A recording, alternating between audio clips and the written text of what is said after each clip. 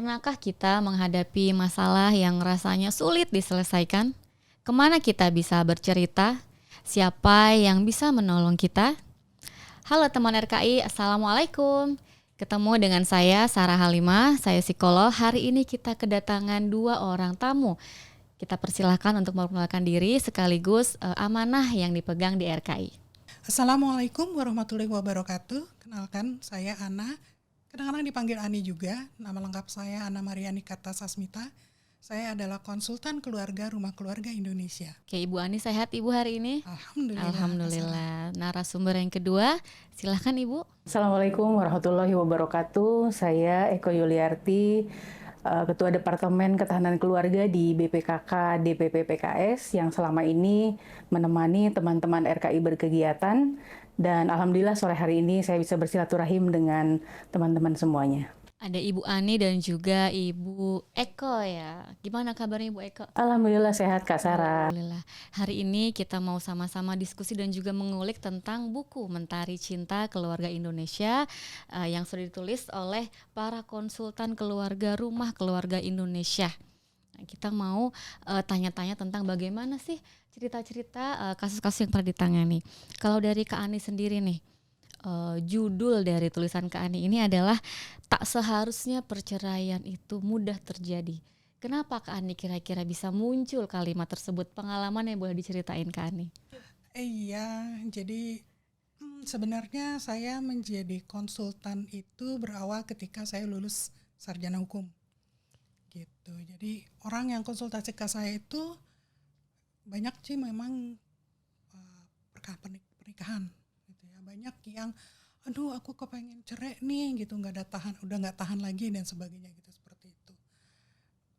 Tapi kalau mereka cerita kan biasanya dulu itu konsultasi melalui telepon.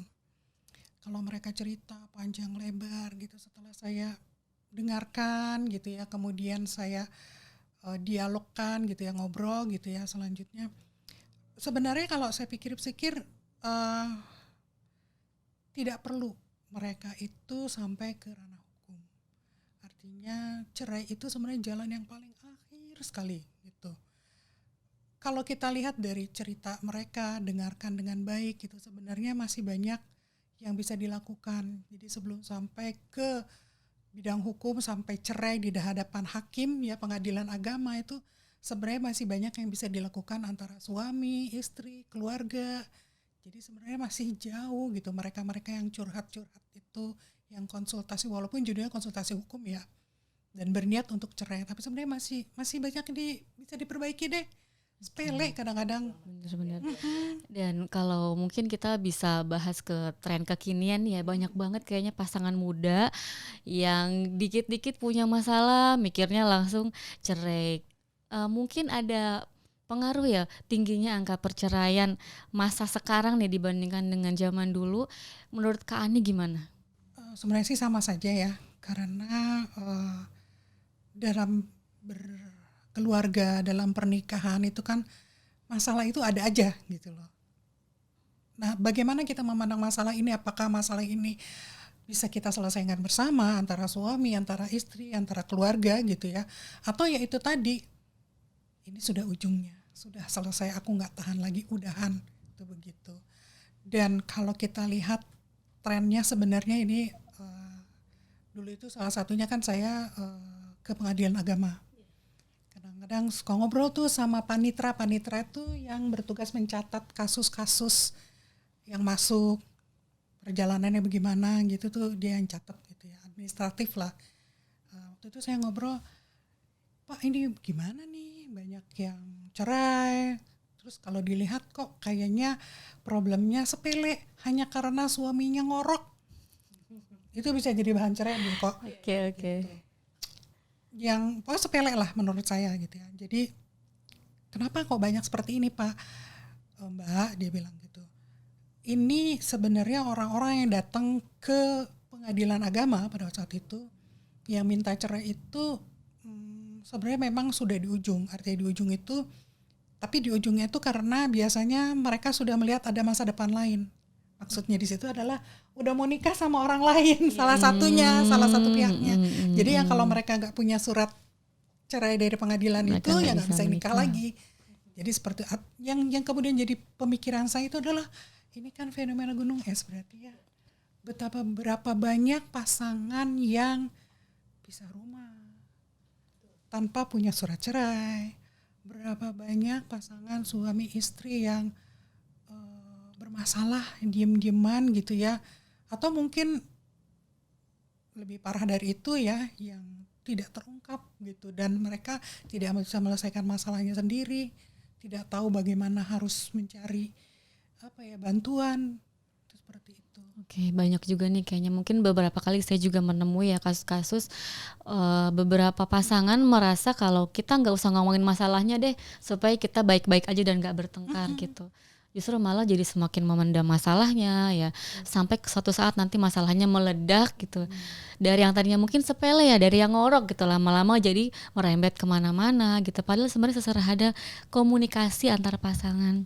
Betul. Sebenarnya sebelum masuk ke jenjang pernikahan ada konsultasi ya dari pihak KUA juga untuk mungkin persiapan pernikahan. Kalau Kak Ani sendiri mungkin pernah mendampingi konsultasi pranikah gitu? Nah ini konsultasi pranikah ini, sepengetahuan dan sepengalaman saya ini sebenarnya diperlukan ya, sangat diperlukan, karena calon mempelai yang akan menikah itu jadi punya punya visi atau punya pandangan nih, menikah nih buat apa gitu ya, besok gimana gitu ya. Artinya siaplah dengan konsekuensi ke depan bahwa pernikahan itu ada banyak dinamikanya tuh begitu. Cuman sayangnya gitu ya, banyak yang menjadikan fase persiapan ini untuk formalitas saja. Yang penting udah, karena ini pengalaman saya sendiri dulu. Pokoknya asal datang ke KUA, sampai depan KUA, ya udah tahu kan gimana, ya udah Dapat sertifikat. Dulu sih nggak pakai sertifikat zaman saya, nggak tahu deh kenapa gitu. Tapi pokoknya itu dianggap sudah tertunaikan gitu. Padahal kan esensinya adalah itu untuk menyiapkan pasangan calon mempelai gitu untuk kehidupan pernikahan gitu. Oke, benar. Karena Jadi orang sekarang nikah banyak juga yang menikah itu karena takut diomongin orang, supaya statusnya berubah, takut ketuaan takut ya, ketuaan, takut dibilang gak laku. dorongan orang tua, Bener-bener. dihalalin gitu ya. Iya. Kan artinya kita nggak tahu tuh mereka punya visi dan misi apa untuk menikah itu. Siap nggak mereka nanti menghadapi persoalan-persoalan dinamika dalam keluarga dan anak-anak tentunya yang mungkin nanti akan menyusul. Jadi sebelum kita menikah nih ya, sudah harus direncanakan dulu bersama pasangan, dibicarakan bagaimana nanti ke depannya punya kerencana apa di keluarga yang akan dibangun ini gitu mungkin ya Kak Ani. Oke, kalau misalnya nih di depan Kak Ani nih, mungkin ada teman-teman RKI yang lagi nonton dan punya masalah sama pasangannya, pesan apa yang mau disampaikan buat teman-teman RKI? Buat teman-teman RKI, buat kakak-kakak, adik-adik, siapapun ya, pokoknya kita tuh tidak ada sekolah pernikahan, nggak ada sekolah jadi orang tua. Tetapi kita harus siap dengan itu.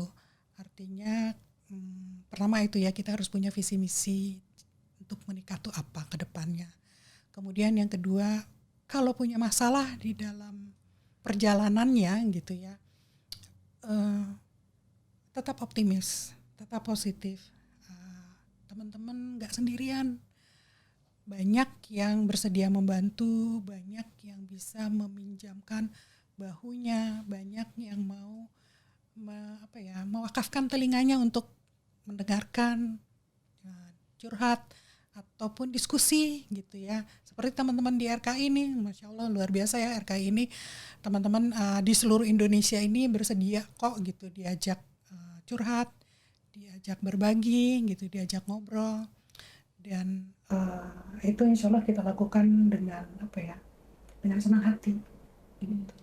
Jadi mungkin singkatnya tadi menikah bukanlah akhir dari sebuah Betul. tujuan ya. Menikah adalah proses, dan siapa yang bisa mendampingi teman-teman RKI untuk menjalani prosesnya, ada para konsultan RKI ini yang siap untuk menjadi tempat cerita dan juga berkonsultasi begitu ya.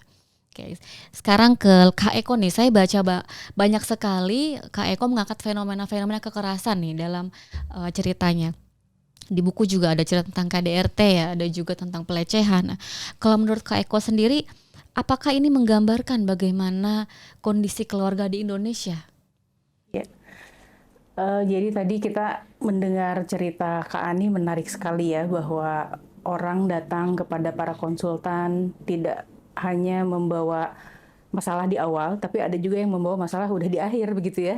Dan sebetulnya mereka sudah punya kesimpulan begitu ya, ingin melakukan apa begitu. Ini memang menjadi satu semangat ya di kami di RKI untuk menemani keluarga-keluarga di Indonesia supaya keluarga-keluarga di Indonesia ini bisa memiliki ketahanan keluarga yang kokoh begitu ya. Memang kalau kita berbicara tentang ketahanan keluarga itu ya harus bicara dari hulu ke hilir begitu ya.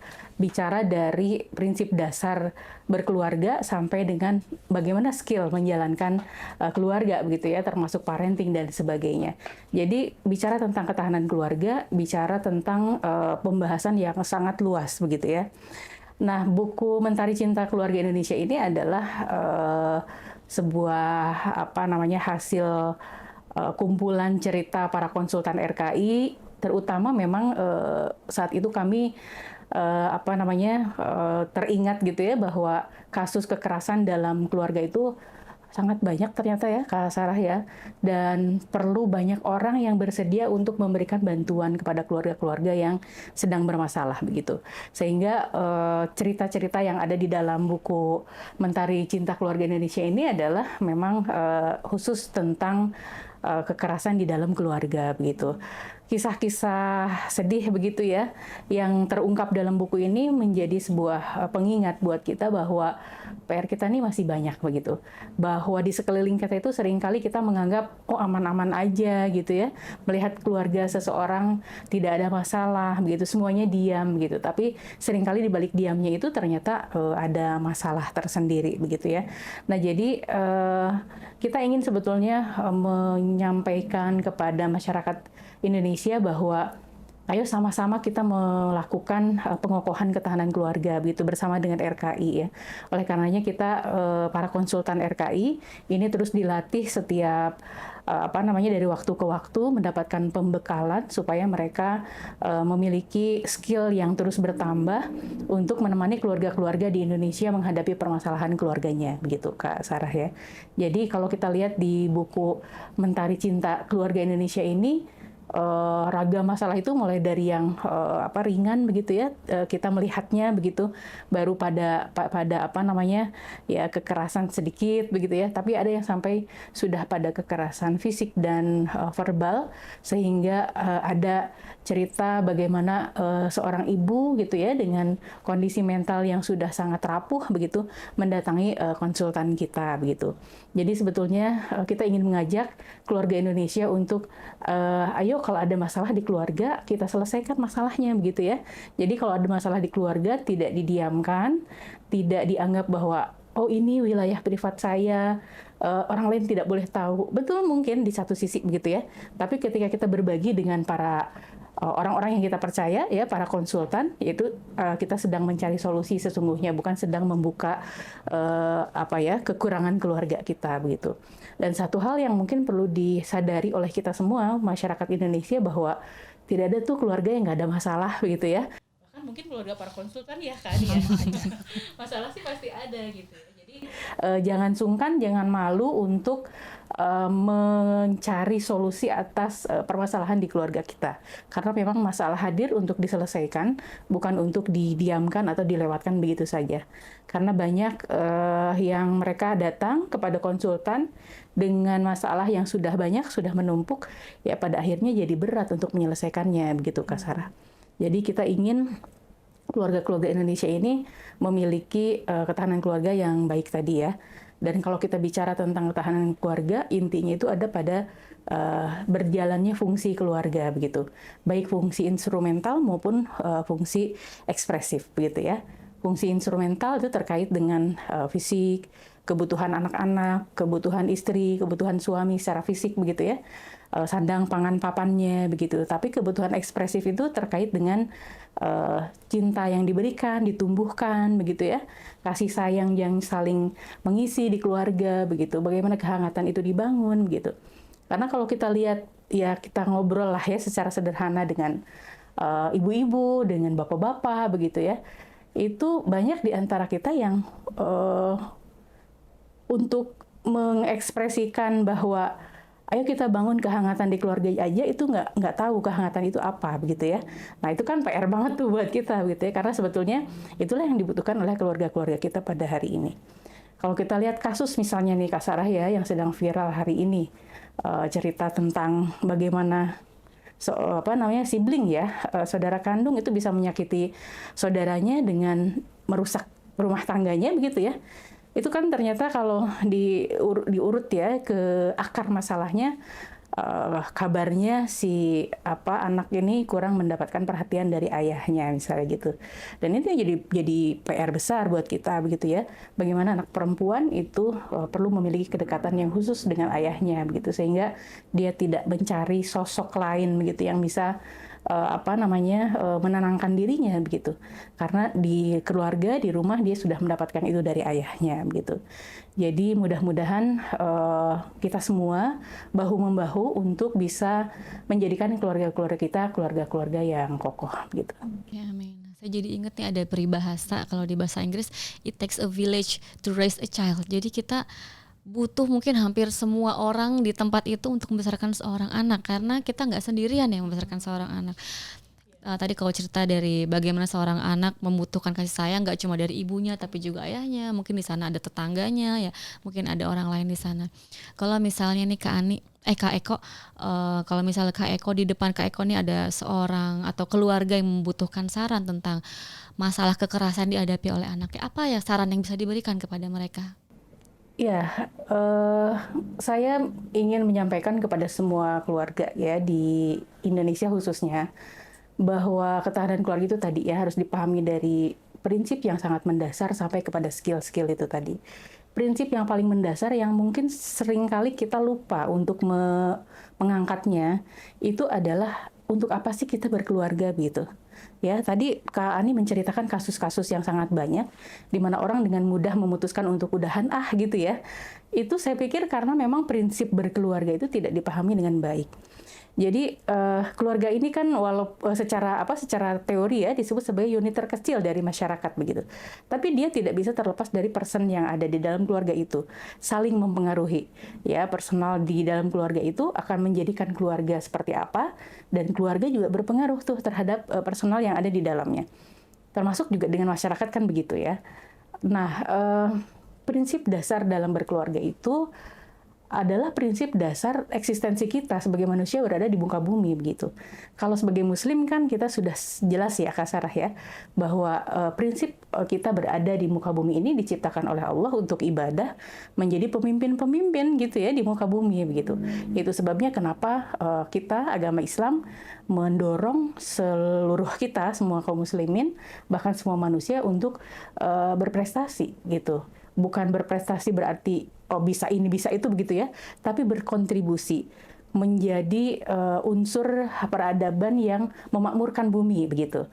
Nah, inilah prinsip yang harus kita tanamkan dalam keluarga, bahwa seseorang menjadi khalifah itu, seseorang menjadi kontributor peradaban itu dididiknya di mana gitu. Di tempat pertama kali dia mendengar suara, di tempat pertama kali dia mengenal ini siapa ABCD begitu ya, orang-orang di sekitarnya, ya di rumah, di keluarga begitu. Jadi itu prinsip dasar yang semua kita harus paham gitu. Sehingga ketika kita memahami itu, problem-problem yang muncul di keluarga tadi ya, seperti komunikasi yang tidak lancar dan sebagainya, itu dengan sendirinya akan terhubung tuh dengan prinsip dasar tadi gitu ya, bahwa oh ya ada masalah di keluarga saya yang mengganggu terwujudnya prinsip dasar tadi gitu. Sehingga yang dicari adalah apa? Solusi gitu. Yang dicari bukan akhirnya saling menyalahkan, bukan gitu. Karena kita menyadari bahwa kita sebagai istri, suami kita sebagai suami di keluarga itu punya tugas yang sama, yaitu apa? mengajarkan, mendidik seluruh anggota keluarga untuk menjadi khalifatullah gitu ya di muka bumi, orang-orang yang berkontribusi gitu terhadap peradaban saat ini begitu. Jadi rasanya kalau kita memahami prinsip dasar itu, hal-hal kecil ya, yang riak-riak yang ada itu insya Allah akan terasa kecil begitu masalahnya, karena kita punya satu tugas besar ya dari Allah Subhanahu wa taala untuk kita di dalam keluarga gitu. Barangkali itu harus sama-sama kita sosialisasikan ya Kak Sarah ya, kita internalisasikan di dalam keluarga supaya tadi permasalahan-permasalahan yang muncul itu tidak tidak kemudian berkembang menjadi kekerasan begitu ya di dalam keluarga. Dan bagi mereka yang tadi Kak Sarah sampaikan, kalau ada yang mengalami seperti itu ya, saran saya adalah mari kita sama-sama bergandengan tangan untuk menghilangkan kekerasan di dalam keluarga ini dengan kembali kepada nilai-nilai agama, nilai-nilai budaya bangsa, begitu ya. Karena bangsa Indonesia ini kan dikenal sejak lama sebagai bangsa yang sangat guyup gitu ya. Jadi Indonesian value itu, bahkan mungkin Asian value itu adalah kekerabatan yang dibangun di dalam keluarga itu dengan nilai-nilai yang positif begitu ya. Jadi kita tidak terlambat untuk memulainya dari sekarang gitu. Itu. Oke, menarik ya. Nah, kalau saya tarik kesimpulan nih dari yang tadi dijelaskan oleh Kak Ani dan Kak Eko, kayaknya nih masalah utama dari masalah-masalah keluarga yang dihadapi ini rendahnya mungkin pengetahuan ya atau kesadaran. Tahu sih kalau harus bangun komunikasi tapi nggak tahu caranya gitu ya misalnya. Atau mungkin ada lagi keluarga yang ya tahu sih kalau misalnya anak nih gitu, atau mungkin ada keluarga baru yang ibu muda dan papa muda gitu ya saling bertemu terus belum punya pengalaman tentang mengurus anak gitu, muncullah masalah di sana. Kayaknya penting juga untuk menyadarkan atau menumbuhkan pentingnya edukasi ya di dalam membangun sebuah keluarga. Nah, menariknya RKI ini juga memberikan layanan mengenai edukasi kepada keluarga Indonesia. Mungkin bisa dijelaskan bagaimana nih maksudnya edukasi dari RKI? Ya, kita punya prinsip belajar mulai dari kita lahir sampai ke liang lahat. Begitu juga dalam kita memiliki interaksi sesama manusia, sesama teman, suami istri dan keluarga gitu ya. Dan RKI sudah mempersiapkan ya untuk edukasi ini, karena kita paham bahwa untuk memiliki kemampuan atau memiliki keluarga yang baik ketahanannya itu diperlukan hal-hal tertentu nih, termasuk diantaranya pengetahuan, nanti skillnya, kemudian afeksinya bagaimana kan seperti itu. Kita mulai sejak calon mempelai, sejak sebelum menikah. Kita punya kurikulum ya, punya buku gitu ya, yang isinya tentang apa-apa sih yang diperlukan untuk mempersiapkan diri ke arah pernikahan, untuk berkeluarga gitu ya. Jadi ada bekalan-bekalan untuk pranikah, kemudian ada bekalan-bekalan untuk yang sudah menikah, termasuk diantaranya tentang komunikasi, kemudian juga bagaimana parenting gitu di situ. Kemudian kalau kita punya masalah harus bagaimana gitu. Artinya kita punya paket yang lengkap untuk membekali, untuk membersamai teman-teman semua dalam mempersiapkan untuk menjadi keluarga yang kokoh, yang kuat gitu. Itu ada bukunya ya. Oke, jadi ada bukunya nih, mungkin sifatnya preventif ya sebagai bekal untuk mencegah bagaimana nanti kalau sudah berkeluarga ada timbul masalah, ya buku ini hadir sebagai bekal gitu ya. Nah, Kak Sarah ya. Jadi memang konsultan RKI ini sebagai unsur dari RKI ini memiliki dua tugas sebetulnya. Tugas yang pertama adalah tugas edukasi. Nah, itu sebagai upaya preventif tadi. Dan tugas yang kedua adalah tugas pendampingan, yaitu menerima konseling tadi itu ya. Gitu. Jadi bagi yang juga ingin melakukan edukasi di masyarakat bisa juga menghubungi konsultan RKI begitu. Oke. Mungkin disampaikan gimana caranya nih kalau misalnya teman RKI mau mendapatkan akses, mau konsul gitu atau mau disampaikan edukasi terkait berkeluarga mungkin bagaimana cara untuk mengaksesnya? Kami itu konsultan RKI tersebar di 34 provinsi. Kemudian kegiatan RKI sudah berada lebih dari 12.000 titik kegiatan ya. 12.000 titik kegiatan RKI. Jadi bagi teman-teman yang ingin berkegiatan bersama dengan RKI atau berkolaborasi bersama dengan RKI, itu bisa mengontak ke RKI terdekat yang biasanya berada di kantor-kantor PKS ya, baik di DPD maupun di DPC, bahkan di Jabodetabek barangkali di DPRA juga sudah ada ya Kak Sarah gitu. Jadi kita sangat terbuka untuk berkolaborasi dengan seluruh elemen masyarakat. Oke, tadi tersebar di 34 provinsi ya. Jumlah konsultan, konsultannya tadi itu ada berapa? Kalau konsultan dalam catatan kami itu ada 5.000 lebih ya. Dan kami juga punya konsultan muda gitu. Jadi 2 tahun terakhir kita memberikan edukasi kepada para konsultan muda untuk mulai berani menemani teman-teman mereka menghadapi masalah-masalahnya begitu. Konsultan muda jumlahnya sekitar 1.500 mungkin ya. Jadi Mas 5.000 konsultan yang tersebar di 34 provinsi siap memberikan edukasi dan juga layanan konseling nih.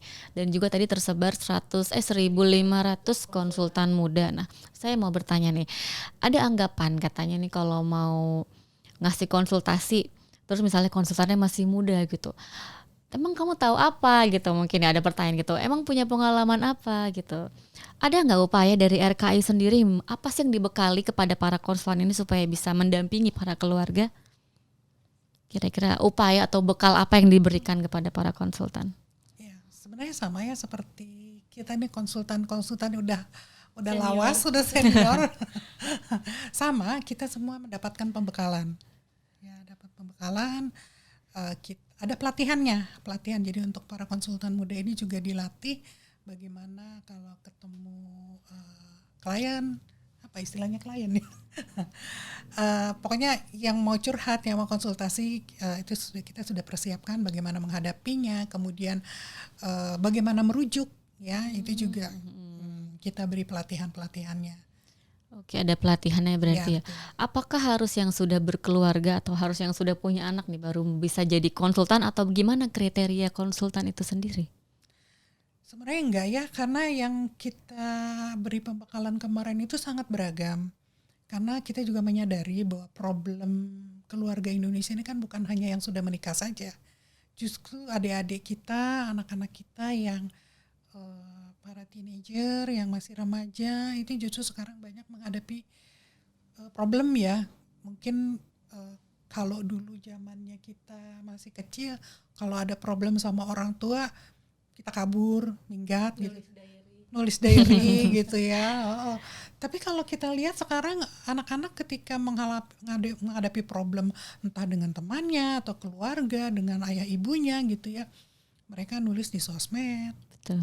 Atau justru self-diagnose, mendiagnosis diri sendiri, sampai akhirnya kemudian menyakiti diri sendiri, sampai muncul fenomena bundir kan seperti itu, bunuh diri ya. Itu sayang sekali, dan kita sangat aware gitu betapa rentannya remaja kita nih sekarang gitu ya, yang memang sudah beda masanya dengan masa kita dulu remaja gitu, sehingga kita mempersiapkan para konsultan muda ini juga untuk menangani problem remaja seperti itu yang sejaman dengan mereka, usianya nggak terlalu jauh, dan diharapkan ada kedekatan ya, ada kedekatan dari segi wawasannya barangkali ya, dari segi budayanya, dunianya lah gitu, lebih dekat. Itu yang kita harapkan dari para konsultan muda. Oke, menarik ya. Jadi para konselor muda ini disiapkan khusus ya untuk menangani kasus-kasus yang mungkin bisa ditembus oleh kasus-kasus mungkin konsultan tua atau senior nih nggak bisa masuk gitu ya. Jadi mereka disiapkan untuk kasus seperti itu. Saya jadi mau tanya lagi nih.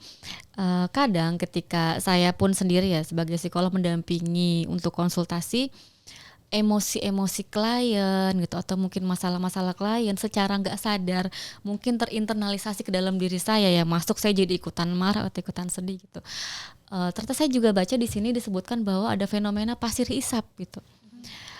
Apakah Kak Ani dan Kak Eko juga pernah nih ngerasain, terus apa yang dilakukan ketika merasakan emosi-emosi tersedot begitu saja gitu, apa yang dilakukan? Mungkin dari Kak Eko dulu. Para konsultan itu seringkali disebut sebagai keranjang sampah ya, Kak Sarah. Jadi emang menampung semua energi-energi yang terutama negatif begitu ya, dari para klien gitu. Mengalami pernah, iya betul. Jadi saya pernah mengalami cukup lama ya, 3 bulan begitu. Karena memang kasus yang dikonsultasikan ke saya itu berlanjut begitu. Dan kita pada akhirnya harus tegas ya kepada diri sendiri bahwa cukup begitu sampai di situ. Jadi jangan sampai kita larut tadi ya fenomena pasir hisap itu begitu. Pada akhirnya memang konsultan ini harus bisa membedakan atau memilah mana yang menjadi bagian dari dirinya dan mana yang memang yaitu cukup menjadi sesuatu yang harus dia bantu untuk selesaikan begitu. Alhamdulillahnya kita punya forum konsultan RKI, di mana di forum konsultan itu kita bisa saling berbagi ya, bisa sharing. Jadi kalau misalnya kita lagi berat, waduh kayaknya nih saya udah nggak bisa ngadepin kasusnya gitu. Itu biasanya teman-teman menyampaikan di grup itu ya, dengan tetap menjaga kerahasiaan kliennya begitu, hanya menyampaikan kasusnya saja begitu. Dan kadang-kadang dengan berbagi itu kita malahan jadi lebih mudah ya kan ya. Jadi yang tadinya tidak terfikir, jadi terfikir begitu, solusinya seperti apa gitu. Itu mungkin Kak Sarah. Kalau dari Kak Ani sendiri mungkin gimana nih menghadapi fenomena tadi? Saya juga punya orang-orang tertentu yang jadi keranjang sampah saya gitu kalau punya masalah dengan klien gitu ya, seperti itu. Tapi yang juga kalau saya rasa mengubah jalan hidup saya itu justru karena dari konsultasi ini. Dari konsultasi ini kemudian saya jadi pengen kuliah psikologi. Makanya kemudian saya kuliah lagi, ambil jurusan psikologi itu karena ya kayak gitu tadi. Ini nggak bisa semuanya diselesaikan di ranah hukum. Mesti harus ada lagi yang sebelumnya gitu ya, jalan yang harus ditempuh sebelum itu. Step-step yang harus ditempuh. Ya, jadi artinya kita ketika menghadapi persoalan klien jangan larut ya, seperti itu. Kita juga harus punya saluran gitu untuk diskusi, bertanya atau sekedar curhat gitu. Atau ya itu tadi mengekspresikannya atau menyalurkannya ke yang positif, kita belajar lebih banyak gitu ya. Kemudian juga kita mengambil banyak hikmah dari yang kasus-kasus yang kita hadapi. Karena sebenarnya prinsip konsultasi itu sendiri kan bukan menyelesaikan masalah ya Kak Sarah ya. Tapi kita berusaha untuk membuka diri kepada masyarakat yang sedang memiliki masalah, mencoba untuk mengajak melihat masalah itu dari view-nya kita yang sehat begitu ya. Kalau kita menyebut klien kita mungkin sedang ada masalah, itu mereka sedang butuh sesuatu begitu, kita melihat dari arah yang lain begitu. Itu aja sih. Dan kita selalu menitipkan kepada para konsultan, kita membimbing para klien untuk menyelesaikan masalahnya sendiri sebetulnya begitu.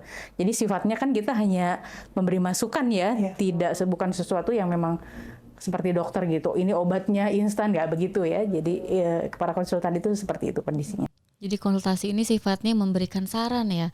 Bagaimana nanti masalahnya akan selesai tergantung dari para klien ini. Tindakan apa yang diambil, apakah saran kita diikuti atau tidak gitu. Semua kembali kepada klien ya, bagaimana mereka menentukan.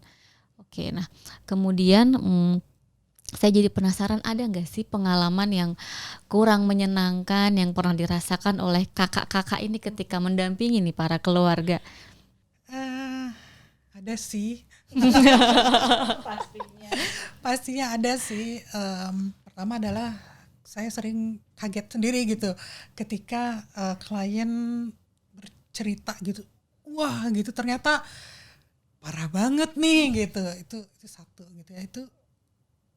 Tapi itu membuat kita berpikir lagi ya, bahwa banyak yang patut kita syukuri, banyak yang patut kita pelajari lebih jauh, dan betapa kita harus bertahan untuk membantu dia gitu. Tuh, seperti itu satu. Jadi dari ceritanya si klien ya, kita jadi berefleksi begitu ya. Ada lagi yang satu itu yang paling ngeselin itu adalah Jadi si ibu ini sudah mendapatkan KDRT ya, KDRT sudah bertahun-tahun, kemudian si suaminya ini banyak utang yang kalau nagihnya ke si ibu itu gitu ya. Pokoknya sampai udah habis-habisan semuanya, habis semuanya. Akhirnya majulah ke pengadilan mau mengurus cerai gitu. Karena si bapaknya ini ternyata nikah lagi gitu. Aduh, saya sebagai perempuan itu gimana gitu ya rasanya tega banget gitu, terus kok si ibunya sabar banget gitu. Tapi ya udah kita dampingi, kita temenin gitu ya, kita dengarkan gitu curhatnya itu gitu ya. Ketika sampai di pengadilan, ini kebetulan teman saya mendampingi yang ke pengadilannya gitu ya.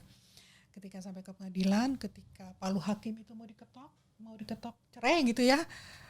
Gimana Bu? Jadi sebagai informasi aja nih, kalau di pengadilan itu hakim dalam setiap sidang itu selalu menanyakan kepada pihak yang berseberangan itu rujuk. Gimana kalau rujuk saja gitu ya. Kemudian dipanggil keluarga, diminta untuk merujukkan mereka berdua. Artinya di sini dari pengadilan agama itu sudah effortnya sudah luar biasa ya dari hakimnya sendiri yang tidak ingin mengusahakan supaya cepat-cepat cerai gitu ya, nggak seperti itu, diusahakan untuk rujuk. Nah, jadi ketika mau ketok palu itu gimana nih Ibu? Saya ketok nih palunya, Ibu cerai nih gitu ya, kira-kira seperti itu.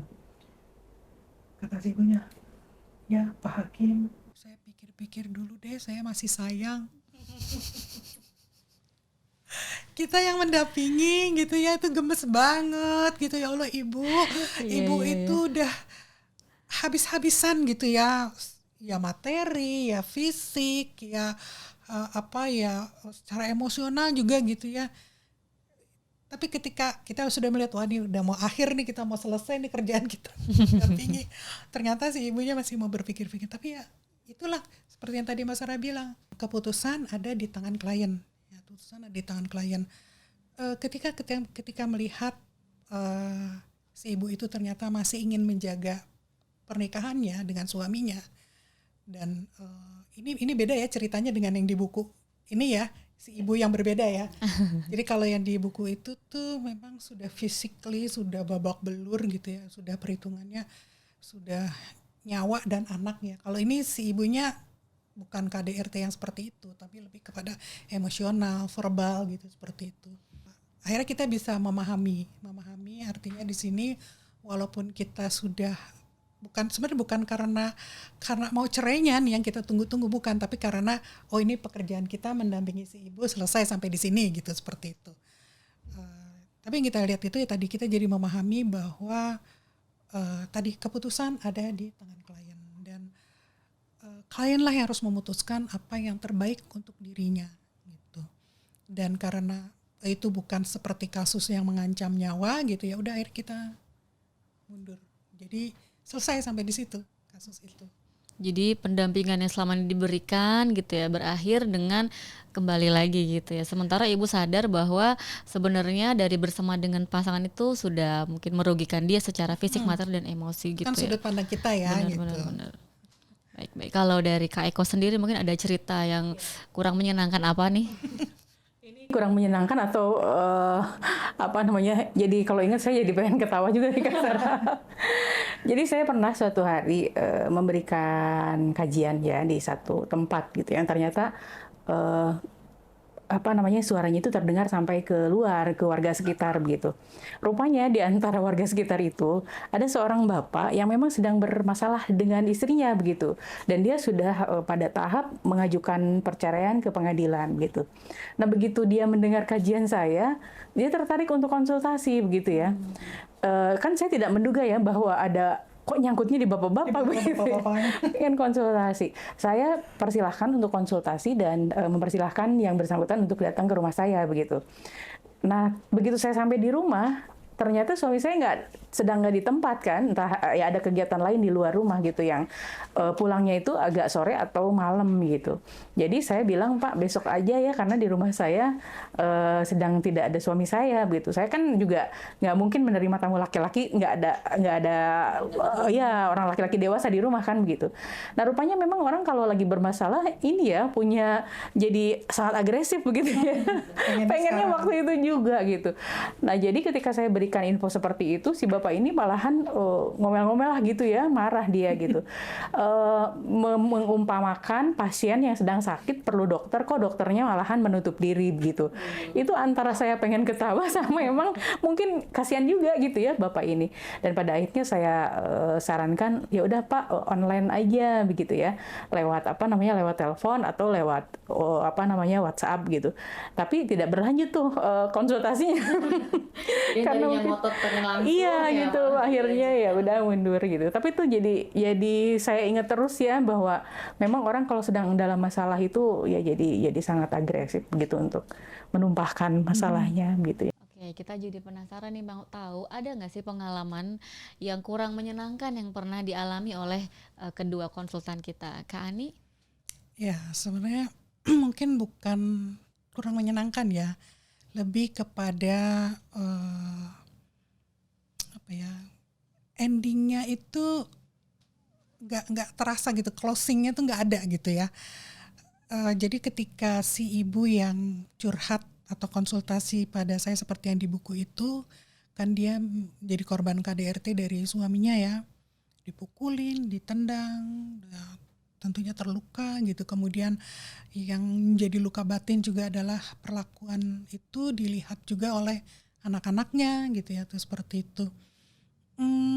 Tapi kemudian setelah kami bertemu beberapa kali lewat telepon, pernah ketemu langsung juga ya di satu tempat gitu ya, dan dia cerita banyaknya tuh justru di situ.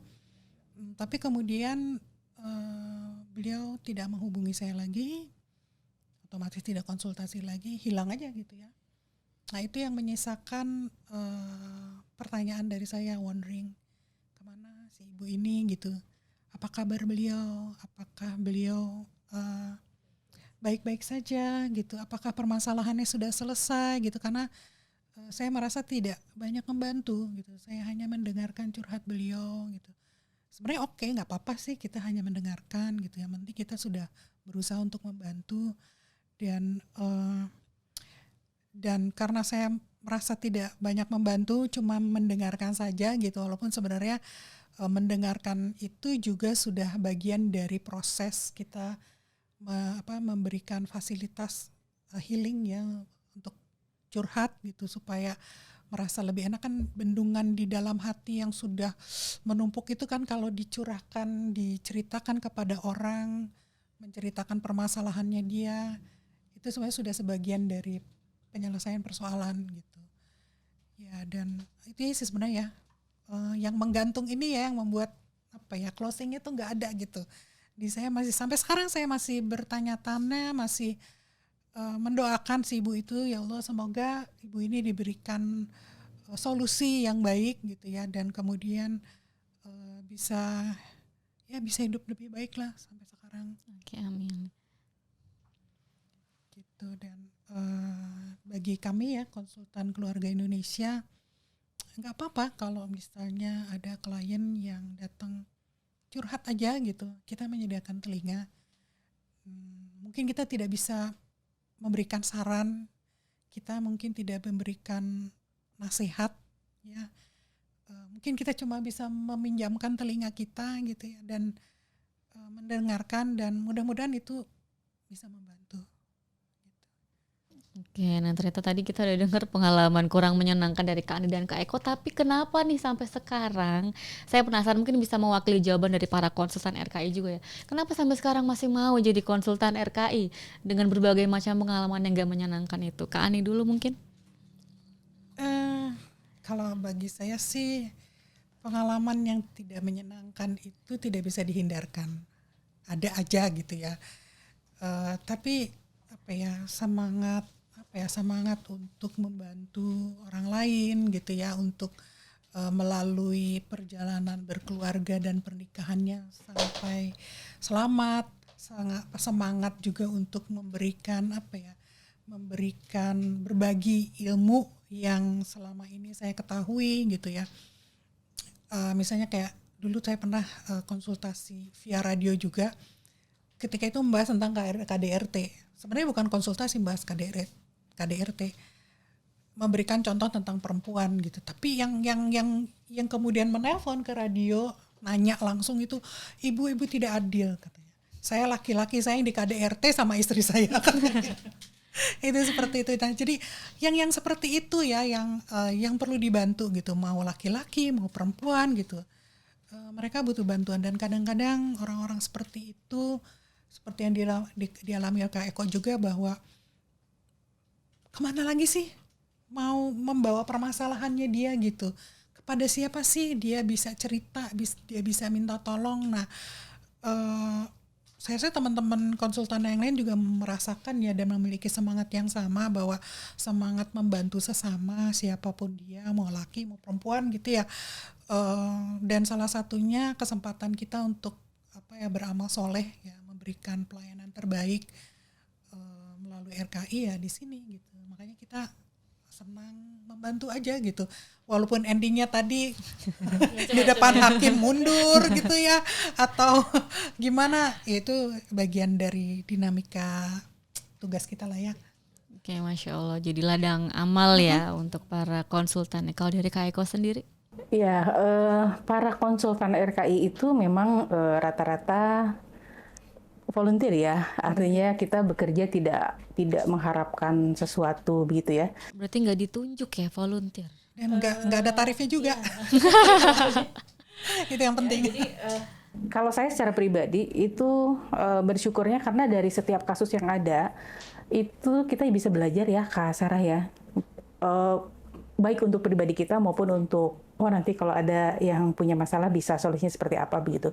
Misalnya kalau saya melihat seorang perempuan yang sabar banget gitu ya, suaminya udah berbuat apa aja gitu tapi dia masih bertahan gitu ya, walaupun ya dengan hati yang tercabik-cabik gitu, itu jadi kita jadi bersyukur gitu, oh ya alhamdulillah suami saya nggak kayak gitu ya. Jadi buat kita sendiri itu jadi pelajaran begitu ya, lebih menghargai keluarga kita, lebih mencintai keluarga kita begitu ya, karena kita punya bukan pembanding ya, tetapi punya informasi lain, ternyata di keluarga lain itu tidak seperti itu misalnya gitu.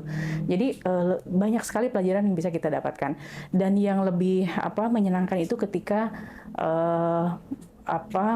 klien ya yang selama ini bersama dengan kita itu mendapatkan kebahagiaan gitu ya. Kebahagiaan itu tidak harus selalu bersatu lagi dengan suaminya terus gimana, enggak gitu ya, tetapi misalnya dia lebih percaya diri gitu, dia lebih lebih bisa memaknai, oh ya gitu ya, sebagai seorang ibu saya harus seperti apa, sebagai seorang istri saya harus seperti apa, atau dia malahan jadi tahu begitu ya bahwa saya dalam keluarga itu posisinya apa, jadi hak saya apa, kemudian kewajiban saya apa, dia jadi menjalankan kehidupan keluarganya dengan baik. Itu buat kita sangat menyenangkan begitu ya, melihat keluarga-keluarga yang kemudian jadi sehat gitu setelah sebelumnya ada masalah gitu. Masya Allah ya, jadi keduanya ini sebenarnya hebat sekali ya, bisa mau menjadi konsultan dengan panggilan hati ya, tidak berharap materi seperti itu ya. Dan pastinya para konsultan RK yang lain juga seperti itu ya. Nggak ada yang digaji. Sejauh ini kita tidak mendapatkan info itu ya. Oke. Kemudian kepada kedua narasumber kita nih, konsultan RKI, kita mau tanya pesan apa sih yang mau disampaikan kepada para keluarga di Indonesia, baik yang sudah menikah maupun yang mungkin belum menikah, atau yang sudah punya anak dan yang belum punya anak, apa pesan yang mau disampaikan? Kak Eko dulu. Kepada semua kawan-kawan masyarakat Indonesia, keluarga-keluarga di Indonesia, kita semua adalah bagian dari bangsa ini. Kita punya kewajiban untuk mendukung, menjadikan bangsa ini bangsa yang berketahanan. kita yakin bahwa ketahanan nasional itu salah satu unsur yang paling penting adalah terciptanya ketahanan keluarga, gitu ya. Jadi keluarga-keluarga Indonesia, mari sama-sama kita menguatkan ketahanan keluarga dengan terus memperkaya ilmu, memperkaya skill kita dalam menjalankan kehidupan keluarga, karena banyak sekali ilmu yang harus kita ketahui, harus kita pahami untuk menjadikan keluarga kita keluarga yang berkualitas, keluarga yang berketahanan. Keluarga ini bukan seperti ilmu eksak begitu ya, yang 1+1 adalah 2, tapi keluarga kita bisa berubah kapan saja. Oleh karenanya kita perlu mawas diri, perlu terus berjaga, perlu terus meningkatkan pengetahuan agar keluarga kita menjadi keluarga yang selamat sampai akhir, keluarga yang bisa berkumpul lagi di surganya Allah Subhanahu wa taala. Ani? Kalau dari saya kepada teman-teman semua, dimanapun yang berada, seluruh Indonesia, kakak-kakak, adik-adik, teman-teman semuanya, kami dari RKI siap untuk menemani perjalanan pernikahan teman-teman, perjalanan berkeluarga teman-teman semua, yang mungkin saja tidak mudah, mungkin saja memang harus didampingi dalam perjuangannya. Kita bersedia untuk mendengarkan, kita bersedia untuk membantu apa yang kita bisa. Anda tidak sendiri, kita siap untuk mendampingi, kita siap untuk membantu. Insya Allah akan menjadi bagian dari ibadah kita semua. Oke, amin. Jadi RKI ini berkomitmen untuk siap selalu mendampingi para ayah ibu, keluarga di seluruh Indonesia ya, untuk bisa membangun keluarga yang lebih kokoh gitu. Nah, buku Mentari Cinta Keluarga Indonesia ini bisa didapatkan di RKI terdekat atau juga bisa menghubungi Instagram @RKI_PKSDPP, bisa juga mengirimkan DM ke Instagram tersebut. Saya ingin mengutip kata pengantar dari Bapak Ahmad Syaihu dan juga Ibu Kurniasi Mufidayati. Keluarga merupakan pilar utama dalam membangun peradaban bangsa. Ketahanan keluarga menentukan kekuatan sebuah negara.